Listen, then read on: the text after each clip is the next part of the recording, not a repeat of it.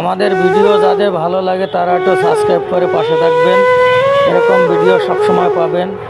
আপনাদের ভালোবাসা ও দোয়ায় এগিয়ে যাচ্ছি আলহামদুলিল্লাহ। আপনাদেরকে শুভকামনা রইল, আপনাদের দিনটি শুভ হোক। আসসালামু আলাইকুম। ভালো থাকবেন, সুস্থ থাকবেন। আল্লাহ হাফেজ। সবাইকে সুস্বাগতম জানাচ্ছি।